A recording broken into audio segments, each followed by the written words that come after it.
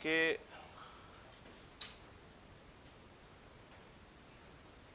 आप लोगों ने इनहेरेंट रिस्क के बारे में बताना था कि क्या ये लो है, मॉडरेट है या हाई है। कल हम लोगों ने कुछ परसेंटेजेस यूज की थी जब हम लोगों ने ऑर्डर रिस्क निकाला था।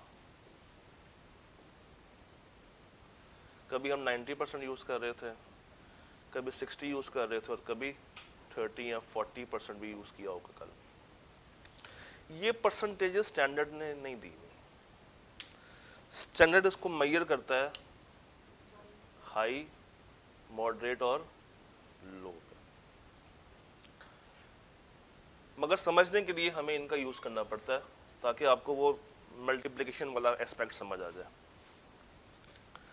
सवाल ने ये कहा था कि आपने इन 6 अजर्शंस को अपने सामने रखना है और फिर बताना है कि क्या इन अजर्शंस के अंदर जो इनहेरेंट रिस्क छुपा है वो हाई है, लो या मॉडरेट है, और ऊपर से आपने कंपेयर करते जाना था लाइन बाय लाइन। उल्टा स्टार्ट करते हैं। Valuation of provision for gratuity.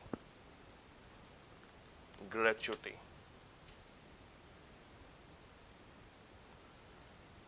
ऊपर line item 5, DCL operates a non-funded gratuity scheme for its employees। Gratuity का क्या कोई हमारे पास अकाउंटिंग स्टैंडर्ड है? किसी स्टैंडर्ड ने बताया हो कि इसको निकालना कैसे है? कोई? कोई भी नहीं। ग्रेचुटी की वर्किंग उन्होंने किससे करवाई होगी? अपने एक्सपर्ट से। और ये वर्किंग हुई होगी बहुत सारी जजमेंट्स और अजम्पशंस की बेस पे। इसका मतलब है कि ये काफी ज्यादा सब्जेक्टिव वर्किंग हुई होगी जिसमें जजमेंट भी ज्यादा है और अजम्पशंस भी ज्यादा है। और मेरे पास वेरीफाई करने के लिए ये भी नहीं, तो मुझे किसको अपॉइंट करना पड़ेगा ये चीज वेरीफाई करने के लिए? एक और एक्सपर्ट को। तो अब आएगा ऑडिटर। अब याद करें 620 ने कहा था कि आप कब इसको लेकर आएंगे? जब एरिया क्या हो? ज्यादा रिस्की।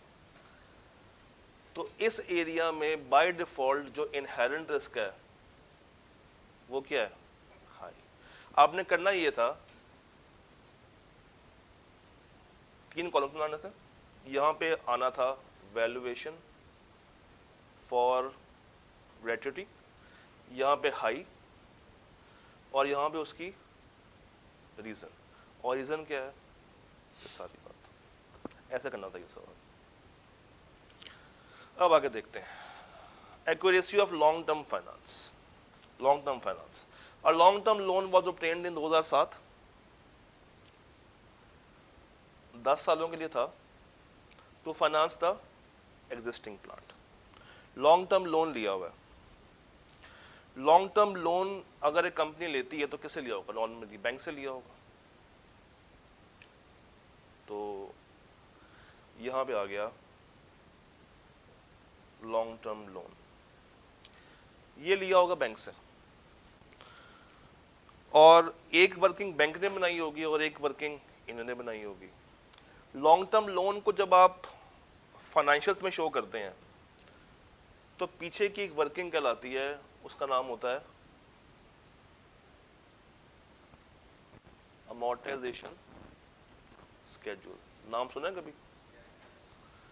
जिसमें उसकी प्रिंसिपल अमाउंट आ रही होती है, उस पर इंटरेस्ट आ रहा होता है कि जो अमाउंट पे की होती है उसको माइनस करके आपकी वैल्यू आ रही होती है। तो एक वैल्यू तो इस कैजुअल के एंड पे आ रही होगी, ऐसा ही है। और एक वैल्यू कहां पे होगी जिसके साथ मैं कंपेयर कर सकता हूं? कहां पे होगी? बैंक के पास।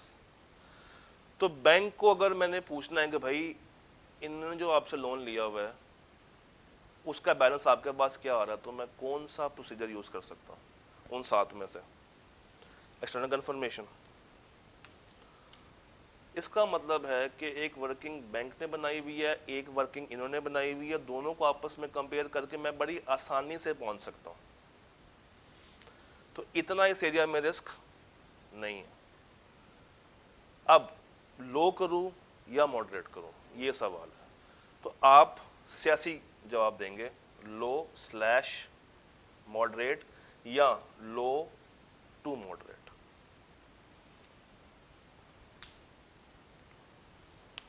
अगला, valuation of unlisted securities.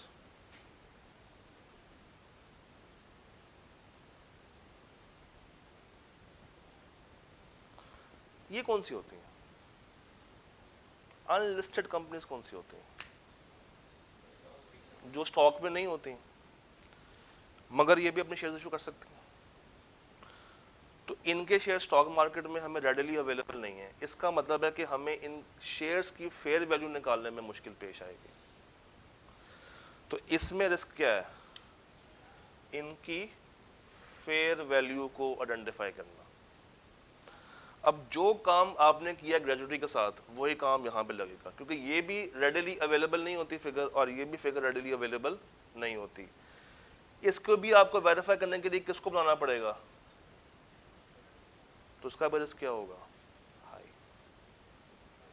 Reason क्या होगी कि इसकी जो फेयर वैल्यू है वो मार्केट में इतनी ज्यादा अवेलेबल नहीं होती।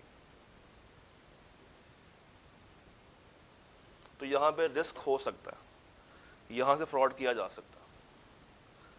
चौथा पॉइंट क्या है? Ownership right of finished goods inventory. ये तो आसान था, कम से कम ये तो करना चाहिए था। फिनिश्ड गुड बना के कहां पे रखे होंगे? वेयर हाउस में। वेयर हाउस में मेरा सामान पड़ा हुआ है, मुझे अपनी ओनरशिप वेरीफाई करनी है। वो वेरीफाई करना आसान है या मुश्किल है? आसान है। कैसे कर सकते हैं? इंस्पेक्शन, जाएं, जाके क्या कर लें? इंस्पेक्ट कर लें, और मैनेजमेंट से लिखवाएंगे भाई इसमें जो जो सामान पड़ा हुआ है वो सारा आपका है, आपके अलावा किसी और का नहीं है। तो आप क्या इजीली वेरीफाई कर सकते हैं उसकी ओनरशिप। तो इसको वेरीफाई करने के लिए मेरे पास प्रोसीजर्स कम है या ज्यादा? ज्यादा। तो रिस्क क्या होगा? लो टू मॉडरेट। वो भी कर सकते हैं। तो फिनिश गुड के लिए it will be low to moderate.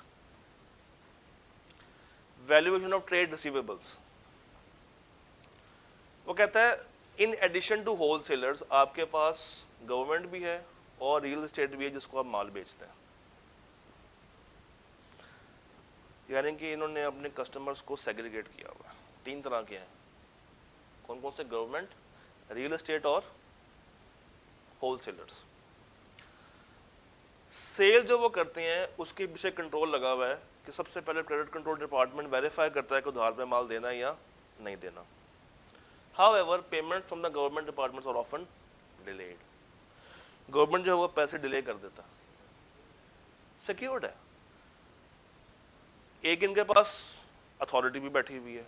Government बेशक लेट करी है मगर गवर्नमेंट से पैसे आना हमेशा क्या होते हैं? सिक्योर्ड होते हैं। रियल एस्टेट वाले भी बाय डिफॉल्ट इतनी जल्दी से बैंकरप्ट नहीं होते। अब अगेन इसका भी रिस्क हाई होगा या लो होगा? लो होगा।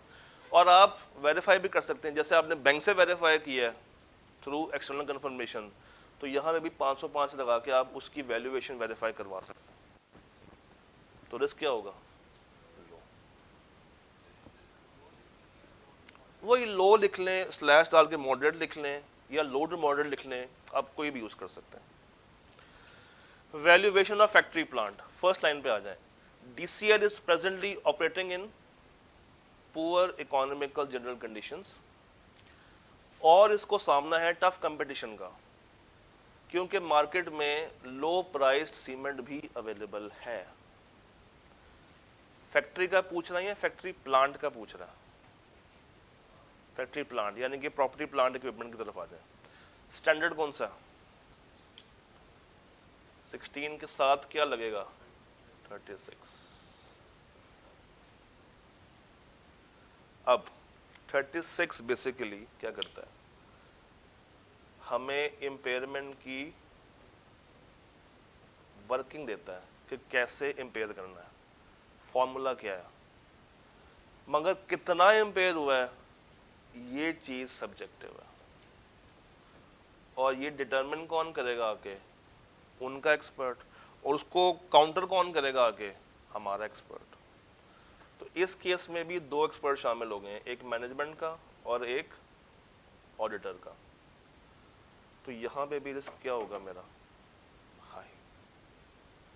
अब जरा गौर करें, क्या मैं यहां पे एक्सपर्ट को लेकर आया था, क्या मैं यहां पे भी लाया हूं, और मैं यहां पे भी लाया हूं, और तीनों केसेस में रिस्क क्या है, और जिन केसेस में मेरे पास 2 से 3 प्रोसीजर्स हैं वेरीफाई करने के लिए, वहां में रिस्क क्या है, ऑटोमेटिकली कम हो गया था।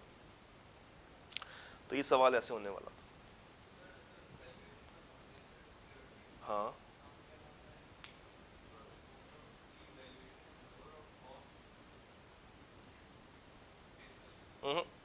ये रेडली मार्केट में अवेलेबल ही नहीं होती, अनलिस्टेड। ये मार्केट में इतनी आसानी से इसकी वैल्यूएशन आपको मिलती ही नहीं है। इसको अगर आपने वैल्यू करवाना है तो आपको एक एक्चुअली बुलाना पड़ेगा, वो आके उसको वैल्यू करेगा, यानी कि एक्सपर्ट बुलाना पड़ेगा, उसके पास अपने टूल्स होंगे। अच्छा जी, अब आए जरा मेन मुद्दे पे आज के, एजुकेशनल यूनिवर्सिटी। सवाल एक दफा पहले रीड करें, फिर हम इसमें से निकालते हैं ऑडिट रिस्क। तसल्ली से एक दफा सवाल रीड कर लें, पूरा रीड कर लें। बड़े टाइम पे आए हो, ये मिटा दूं, मिटा दूं?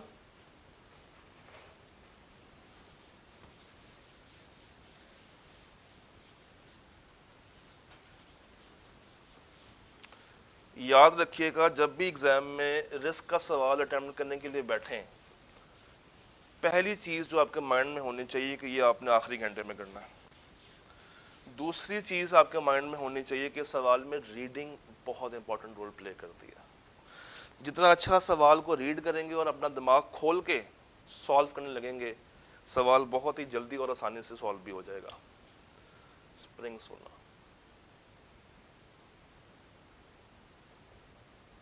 Question 11, educational university.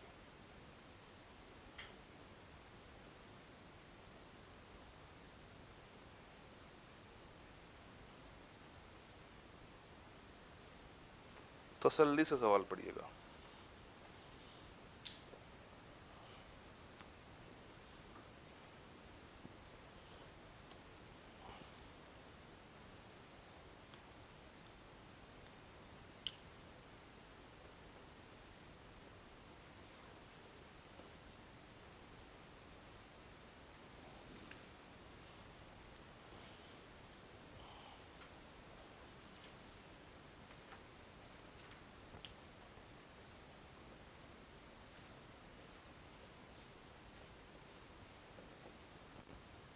हाँ जी, रीड किया। You are the audit manager of EU. अच्छा, फर्स्ट करें ये ईयू नहीं है, ये एसबीआई है। सवाल मजीद आसान हो जाएगा आपके लिए। You are the audit manager of SBI for the year ended 31 December 2015। इतना सवाल यहां तक रीड किया, जो चीज आपको हाईलाइट करनी चाहिए थी वो इसका ईयर एंड था। SBI has a student base of 2500 students. 2500 जनाब इनके पास बच्चे हैं। It follows a policy of receiving 50% of the fees at start of year। अच्छा, एक चीज और, रिस्क नॉर्मली किस में पाया जाएगा, पॉलिसीज के अंदर। तो पॉलिसीज को देखते हैं। पहली पॉलिसी क्या है कि 50% at the start, 50% at start में हम फी ले लेंगे, और बाकी 50% हम लेंगे मिडल ऑफ सेमेस्टर के अंदर। हाउएवर, अब जब ये कहता है ना वर्ड हाउएवर, इसका मतलब आगे कोई पुट्ठी बात करेगा। अगर एक बच्चा बहुत ही कोई अमीर है और वो चाहता है कि सारे पैसे मुझसे आज ही ले लें, तो एसबीआई तो तैयार है। हाँ, हम क्या करेंगे, उस बच्चे को 10% की डिस्काउंट दे देंगे। तो तीसरी पॉलिसी क्या आ गई, 10% एडवांस नहीं यार, डिस्काउंट। चौथी policy, the cost of course material is included in the fees, यानी कि कोर्स के अलग से पैसे नहीं है, फी में शामिल है। कॉस्ट ऑफ बुक्स कर दे, चले, cost of books is included in fee. Semester शुरू हो रहा है दिसंबर में और जून में, आपका कब स्टार्ट होता है, मार्च, और तो लग रहा है कोई सीए फाइनल वाला सवाल है ये, वो दिसंबर और जून के होते हैं। आपने नोटिस किया, अच्छा आप कौन है, यू आर द, आपने नोटिस किया कि 30% ऑफ द स्टूडेंट्स जो कि दिसंबर में आए थे, अभी तक उन्होंने बुक्स को क्लेम नहीं किया। 3 महीने गुजर चुके हैं, यानी इनका सेमेस्टर का हाफ हो चुका। 3 महीने के बाद किए नहीं, उन्होंने बुक्स को क्लेम नहीं किया। चलिए सिंपल कर देते हैं इसको, मैं ब्लू से इसलिए लिख रहा हूं कि ये आपने नोटिस किया है, ऊपर वाली पॉलिसीज हैं। 30% ऑफ स्टूडेंट्स हैवंट क्लेम्ड। अब दिमाग खोलें अपना,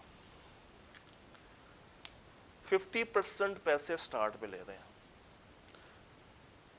रिस्क क्या है, 50% पैसे स्टार्ट पे ले रहे हैं, रेवेन्यू जिस टाइम पे लोग रिकॉर्ड कर रहे होंगे और 50% फर्स्ट मंथ में ले रहे हैं, तो या लेंगे दिसंबर में या लेंगे जून में।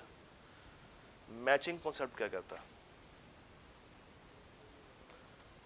जैसे जैसे एक्सपेंस है वैसे वैसे आपको अपनी इनकम रिकॉर्ड करनी चाहिए। मगर ये भाई साहब सारे पैसे उसी महीने में ले रहे हैं, 50% ले रहे हैं पैसे, तो रिस्क ये बन सकता है। अब अगेन रिस्क हमेशा क्या होगा, हो सकता है, तभी तो वो रिस्क है कि इन्होंने have not applied matching concept, have not applied matching concept, यानी कि सारा रेवेन्यू जो भी इनको आया 50% वाला, वो इन्होंने कहाँ पे रिकॉर्ड कर लिया, इन ईदर दिसंबर और जून, और अगले महीनों में उसके खर्चे रिकॉर्ड कर रहे होंगे। तो मैचिंग कॉन्सेप्ट तो ये ना होगा। तो इनको आइडियली ये रेवेन्यू 6 महीनों पे क्या करना चाहिए था, स्प्रेड करना चाहिए था। यही तो रिस्क है, यही तो लिखना है। अगर वो बता दे कि जनाब इन्होंने इसको फॉलो किया है, तो रिस्क तो खत्म हो गया। ये तो ढूंढना है, ये तो दिमाग चलाना है। अच्छा, 50% पैसे स्टार्ट पे आ गए, सेमेस्टर शुरू हो गया। अगली पॉलिसी ये है कि बाकी पैसे हम कब लेंगे, मिडिल में जाके। तो यहाँ पे बीच में जब रिजल्ट आएगा तो बच्चे क्या हो जाएंगे, ड्रॉप आउट, या बच्चे ड्रॉप होंगे या बच्चे कॉलेज आना बंद कर देंगे। और बच्चे हम कॉलेज के लिए क्या होते हैं हमेशा, कस्टमर्स। तो बैड डेट, प्रोवीन को रिकॉर्ड करना चाहिए। तो सेकंड रिस्क क्या है, सेकंड रिस्क क्या बात है, हो सकता है कि क्या होने शुरू हो जाए, बैड डेट। तो इनको क्या करना चाहिए, प्रोविजन को रिकॉर्ड कर लेना चाहिए। बीइंग एन ऑडिटर मैंने चेक कर देंगे क्या इन्होंने प्रोविजन को रिकॉर्ड किया या नहीं किया। तो ये खत्म हुआ यहां से। 50% पैसे मिडिल ऑफ सेमेस्टर में आएंगे, इसके साथ भी यही रिस्क अटैच है कि अच्छा इसका मिडिल क्या होगा, अगर एक बच्चा दिसंबर में है तो मार्च, और अगर जून में है तो सितंबर। हो सकता है कि अगेन ये मार्च और सितंबर में बाकी रेवेन्यू को रिकॉर्ड कर रही हूँ, जो कि क्या होना चाहिए था, मैचिंग कॉन्सेप्ट के तहत उसको अगले 3 महीनों में जाना चाहिए। तो इसमें तो यही बात रिपीट हो गई। इस तरफ आए, 10% का डिस्काउंट। बचपन में आप लोगों ने ये भी गलती की होगी। क्या होता है, एक सामान हो अगर 100 रुपये का और लिखा हो कि आप अर्ली पेमेंट कर दें या सारी पेमेंट कर दें, तो आपको कौन सा डिस्काउंट मिलेगा, कैश या दूसरा? कैश। 10 रुपये का डिस्काउंट, तो कितने पैसे बच गए बाकी? एंट्री कैसे रिकॉर्ड करेंगे? कैश कितना आया? 90। डेबिट हो गया, क्रेडिट क्या होगा? कितने से? 90 से होगी या 100 से होगी? 90 वाले कौन कौन है? यही तो मसला है यहाँ पे। 90 वाला कौन कौन है? तो डिस्काउंट अलाउड एक्सपेंस कहाँ पे चार्ज करेंगे आप? तो क्या होगा?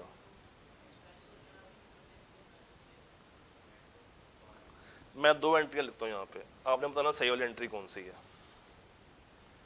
कैश 90, डिस्काउंट एक्सपेंस 10, सेल 100 की, और एक एंट्री होगी कैश 90 और सेल 90। एंट्री ठीक कौन सी है?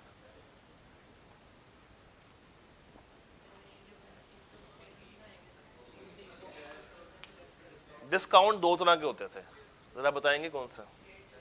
एक होता है ट्रेड डिस्काउंट और एक होता है हमारे पास, दोनों में फर्क बताएं।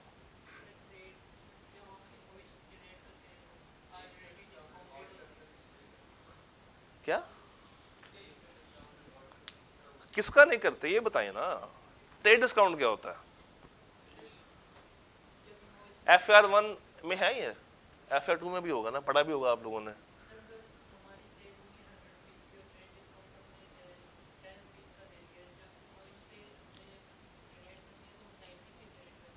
अच्छा, यानी कि आप इसकी बात कर रहे हो, ये कैश है। अच्छा, एक कैश का, एक ट्रेड कह रहा है, आप साबित करोगे ये ट्रेड डिस्काउंट है।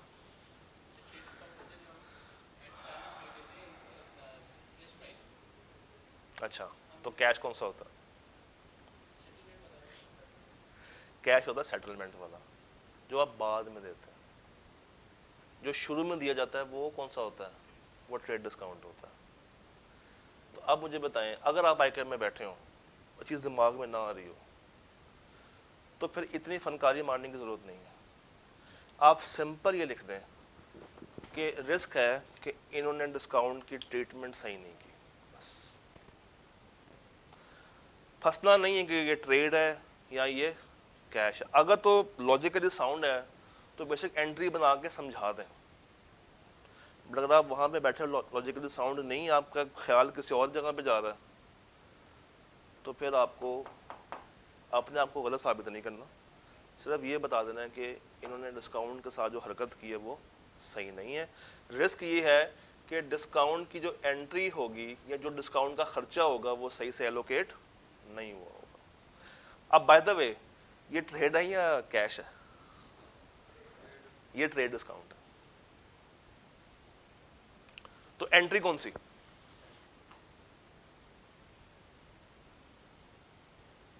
हम तो वहीं में खड़े हुए हैं, एंट्री कौन सी पास करूं? नहीं, वो आपको, आप उसको सारे पैसे लेके जाएं, आपको 10% का ऑफर कर देगा। ये ट्रेड है, ये कैश नहीं है।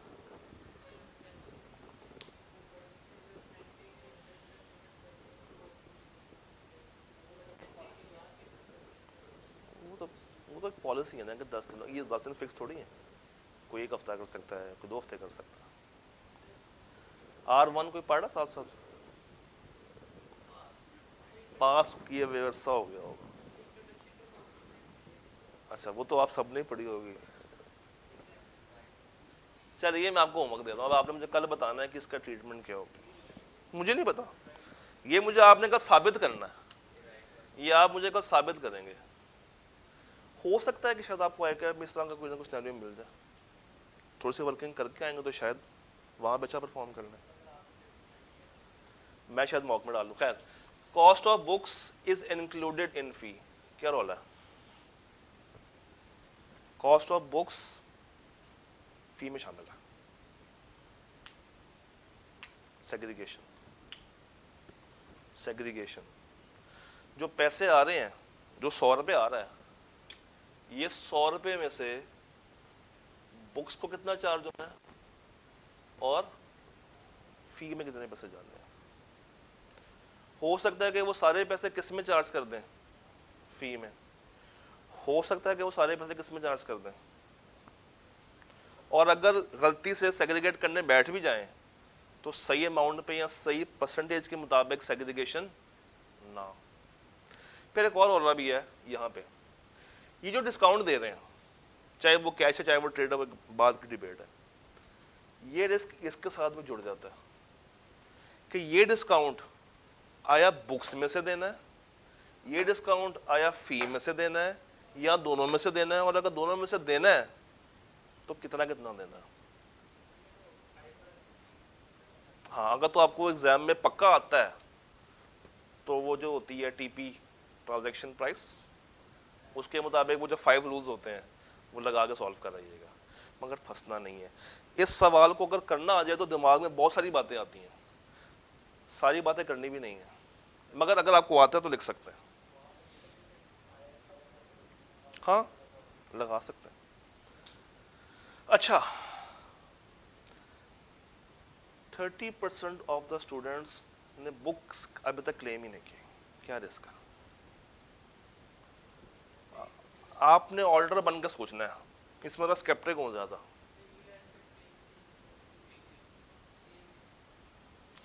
हो सकता है कि इन्होंने ईयर एंड के ऊपर 30% बच्चों की इनकम ज्यादा दिखाई हो, बच्चे एग्जिस्ट ना करते हो, जिसकी वजह से उन्होंने बुक्स आके क्लेम नहीं की।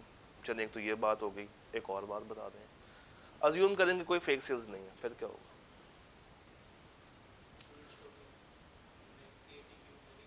वो तो क्लेम नहीं ना कर रहे, चाहे वो छोड़ गए चाहे वो नहीं। मसला क्या है, 30% का स्टॉक पड़ा हुआ है, बच्चा लेके नहीं गया और पैसे चार्ज हुए हैं।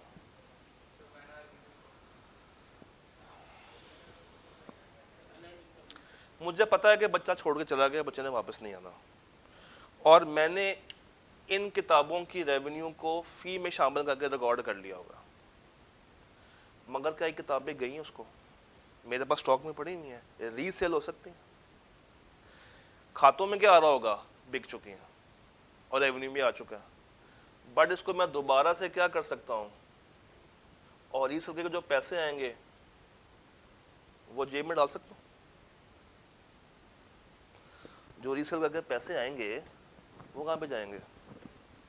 भाई, फ्रंट ऑफिस में किताबें पड़ी हुई हैं, पैकेज में किताबें माइनस हो गई, चले रिकॉर्ड हो रहा है, मिस नाराज हो जाएंगी, मिस बैंक ने फिर से किताबें बेच दी, वो पैसे पर्स में डाल लिए, पैसे लेके भाग गई, फिर क्या होगा? फ्रॉड होगा, फ्रॉड होगा। इसको मैं कह सकता हूँ फ्रॉडुलेंट फाइनेंशियल रिपोर्टिंग। हर पढ़ेंगे FFR। हाँ, दोनों है, वहां से वो खत्म होगा और रिकॉर्ड भी तो माइनस होगा ना। तो ये चीज ऐसे भी सोची जा सकती है। अजम्पशन 1, इन्होंने फेक सेल्स रिकॉर्ड की, बच्चा था ही नहीं, क्यों की? ताकि रेवेन्यू को बढ़ा सके। जब बच्चा ही नहीं था तो पता है कि किताबें नहीं जानी। ये तब होगा जब डायरेक्टर्स खुद इन्वॉल्व हो, उसके बगैर पॉसिबल नहीं है। ये बड़े लेवल की मिसस्टेटमेंट है, फेक सेल्स। छोटे लेवल की मिसस्टेटमेंट ये है कि क्लर्क ने देखा कि यार बच्चा तो किताबें लेने आ ही नहीं रहा, उसने कहा चलो मैं इंतजार करता हूँ, महीना, 2 महीने, 3 महीने, 4 महीने, सेशन खत्म हो गया, बच्चा नहीं आया, तो वो सस्ते दामों सामान उठवाएगा और जाके उर्दू बाजार में बेच आएगा। और खातों में क्या आ रहा है कि बच्चा अपनी किताबें लेके जा चुका है। तो 7 नंबर के लिए मेरा ख्याल से 7 बातें तो हमने कर ली। इस तरह सोचना है आई कैप के अंदर बैठ के।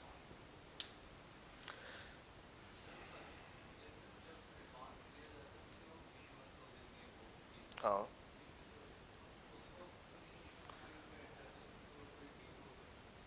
देयर इज अ चांस कि कंट्रोल रिस्क भी हो सकता है कि उन्होंने बच्चे को बताया ही ना हो, या बच्चे को पता हो और बच्चा भूल गया हो और बाद में उसका दिल ही खत्म हो गया पढ़ने से। होने को तो कुछ भी हो सकता है, मगर रिस्क क्या है, या ऊपर से मसला आएगा या नीचे से मसला आएगा, दोनों जगह से क्या है मसले तो हैं। ये सवाल खत्म हुआ, इस सवाल पे आते हैं। सवाल पढ़िएगा, ये मिटा दूं, सवाल पढ़िएगा। I was missing board in room 4। हाँ जी, तसल्ली से पढ़ें सवाल। जितना अच्छा सवाल पढ़ेंगे, जितना अच्छा इवेल्युएट करेंगे चीजें, उतनी अच्छा लिख भी पाएंगे। इस सवाल में दो बातें करनी है, आपने BR भी बताना है और AR भी बताना है। तो आपने मैनेजमेंट बन के भी सोचना है और आपने ऑडिटर बन के भी सोचना है।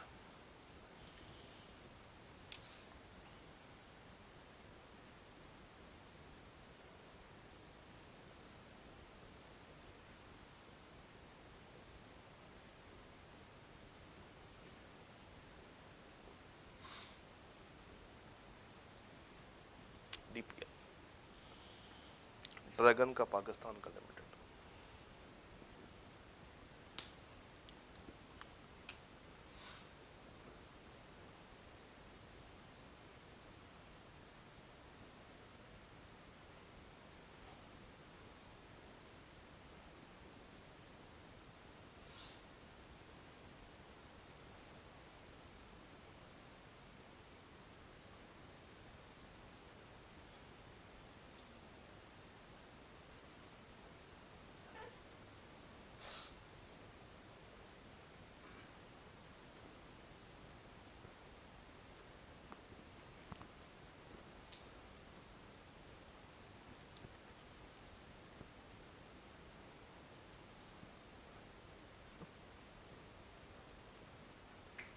पढ़ लिया?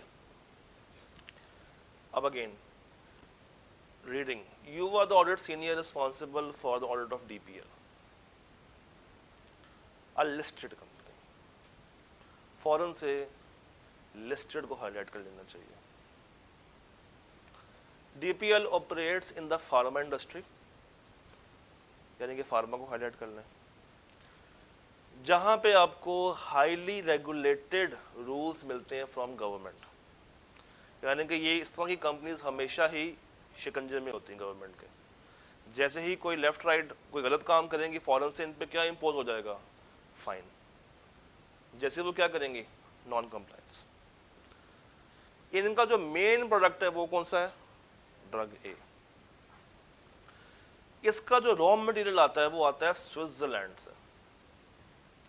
ड्रग ए जो इनका मेन प्रोडक्ट है, अनफॉर्चुनेटली मार्केट में क्या कर रहा है, अंडर परफॉर्म कर रहा है काफी सालों से, and is currently sold at low margins. Last year एक कंपेटिटर भाई ने इंट्रोड्यूस किया इसका एक बड़ा ही इंप्रूव्ड वर्जन, ड्रग ए का मच इंप्रूव्ड वर्जन मार्केट में आ गया। Considering the tough competition, all the companies in the pharma industry, including DPL, have to continuously carry out research activities for development of new drugs and improvement of the existing drugs। अब आए para bye para चलते हैं, 3 para है हमारे पास। First line में तो कोई मसला नहीं है, यहां से मसला शुरू होता है। It is operating in pharma. तो सबसे बड़ा बिजनेस रिस्क क्या होगा कि हमें किसी भी टाइम फाइन्स इंपोज हो सकते हैं, क्योंकि हम कहाँ पे काम कर रहे हैं, फार्मा में, और फार्मा एक ऐसी इंडस्ट्री जो कि हाईली रेगुलेटेड बाय गवर्नमेंट है। तो ये आ गया, फाइन्स किसी भी टाइम पड़ सकते हैं, फाइन्स इंपोज हो सकते हैं by government as operating in highly regulated industry। इसी पॉइंट को ध्यान में रखते हुए बताइए ऑडिटर की सोच कहां तक जा सकती है। IAS कौन सा?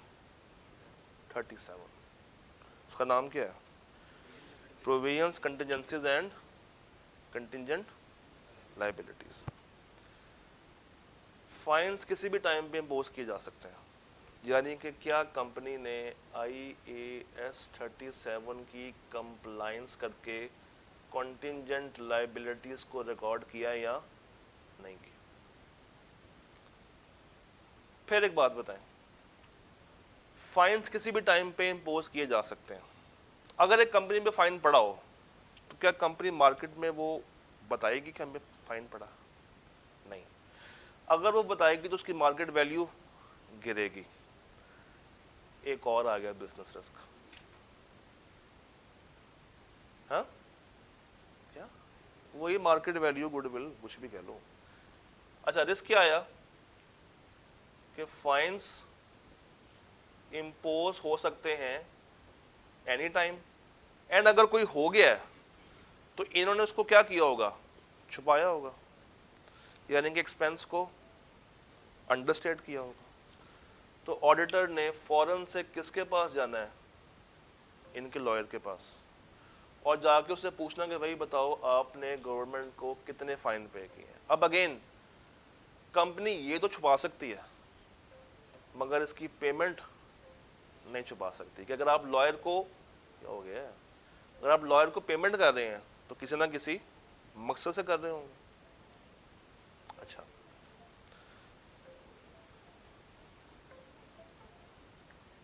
सुकून में आ, सुकून में आने दो, टाइम ऑलरेडी शॉर्ट है। अच्छा जी, जो रॉ मटेरियल आ रहा है वो कहां से आ रहा है? स्विट्जरलैंड से इंपोर्ट कर रहे हैं। किसी भी टाइम पे इंपोर्ट अगर बंद हो गई फिर क्या होगा? ठप हो जाएगा काम। तो बीइंग अ CFO या CEO, मुझे रिस्क है कि जो मेरी इंपोर्ट है वो किसी भी टाइम पे गवर्नमेंट क्या कर सकती है? बैन कर सकती है, बंद कर सकती है। अच्छा, हाँ, चलो ये भी आ गया। प्लस इसकी कि हम ड्यूटीज को बढ़ा सकते हैं। दोनों केसेस में जो रॉ मटेरियल है, अगर ड्यूटीज बढ़ती हैं तो बीइंग एन ऑडिटर मेरा शक कहां पे जाएगा? कॉस्ट ऑफ प्रोडक्शन पर, कि कॉस्ट ऑफ प्रोडक्शन बढ़ी है या कम हुई है। तो मुझे यहाँ पे इसको चेक करना है यार, कॉस्ट ऑफ प्रोडक्शन देखनी पड़ेगी। नहीं आपने, फिर रहने दो। ये आ कहां से रहा है? पाकिस्तान से आ रहा है। स्विट्जरलैंड में PKR चलता होगा, exchange rate. Exchange rate IAS कौन सा? 81 21 यानी क्यों है? तो IAS 21 की कंप्लायंस, इसमें क्या क्या आता? क्लोजिंग रेट, स्पॉट रेट सही से उठाया या नहीं उठाया, फिर उसके जो ईयर एंड के ऊपर वर्किंग होती है उसका जो गेन लॉस है वो सही से रिकॉर्ड किया या नहीं किया। यहाँ पे क्या रिस्क है कि ये जो आपका एक्सचेंज रेट है वो हमेशा क्या हो सकता है? फ्लक्चुएट कर सकता है, जिसकी वजह से ये सामान उनको महंगा भी पड़ सकता है और सस्ता भी पड़ सकता है। वापस ले आओ सवालों पे यार, वापस सवाल पे ले आ भाई, टाइम शॉर्ट है। अच्छा, ड्रग ए काफी सालों से अंडर परफॉर्म कर रहा, अभी अभी नहीं, काफी सालों से। और पिछले साल सोने पे सुहागा एक और चीता उसी का एक एडवांस्ड वर्जन उठा के ले आया। लोअर ऑफ कॉस्ट एनर्जी की तरफ खानी जाती है। IAS 2 लगेगा, इस साइड पे लगेगा। इस साइड पे क्या होगा? कंपनी परेशान है कि उसके प्रोडक्ट्स मार्केट में बिक नहीं रहे हैं, तो बेचने के लिए क्या कर सकती है? सेलिंग प्राइस कम करेगी, सेलिंग प्राइस मजीद कम करेगी ताकि कम से कम जो मार्केट में सामान पड़ा हुआ है वो तो निकले, कुछ तो पैसे आए। फिर एक और रिस्क भी है, ये काफी सालों से अंडर परफॉर्म कर रहा है, यानी कि मार्केट में अगर कोई सामान मौजूद अभी भी होगा तो शायद वो अपनी एक्सपायरी को छू रहा हो, शायद वो एक्सपायर्ड होने के करीब करीब हो, तो एक्सपायर्ड माल को तो मैं एनआरवी पे भी नहीं लेकर आ सकता, क्योंकि हम काम कहाँ पे कर रहे हैं, फार्मा, और ये ऐसी कंपनी है जिसमें एक्सपायर्ड माल हमेशा पॉइजनस ही होगा। तो यहां पे एक और रिस्क है, एक्सपायरी ऑफ रॉ मटेरियल भी और फिनिश गुड्स भी रॉ मटेरियल आया हुआ है, मार्केट में डिमांड ही नहीं है, क्या बनाए। और इस तरफ 21। अच्छा एक बात बताएं, मार्केट में कंपेटिटर आया हुआ है, आपके लिए अच्छा है या आपके लिए बुरा है? आपके लिए बुरा है।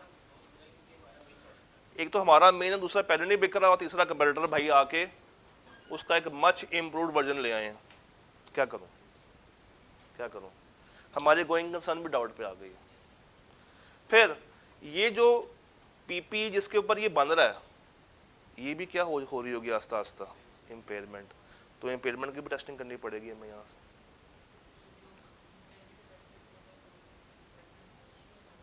उसको भी चेक करना पड़ेगा। आखिरी पॉइंट, कंपनी ने, चूंकि कंपटीशन टफ था, तो अब पैसे लगाने किसके ऊपर, स्टैंडर्ड कौन सा, 38। 6 क्राइटेरियाज जिसको आप लगाएंगे कि रिसर्च को डेवलपमेंट में बदला जाए। और मेरे पास 6 लोग बैठे हुए लाइन में, 3 यहाँ बैठे हुए, 3 यहाँ बैठे हुए। IS 38 क्या कहता है, यहाँ से स्टार्ट करता है।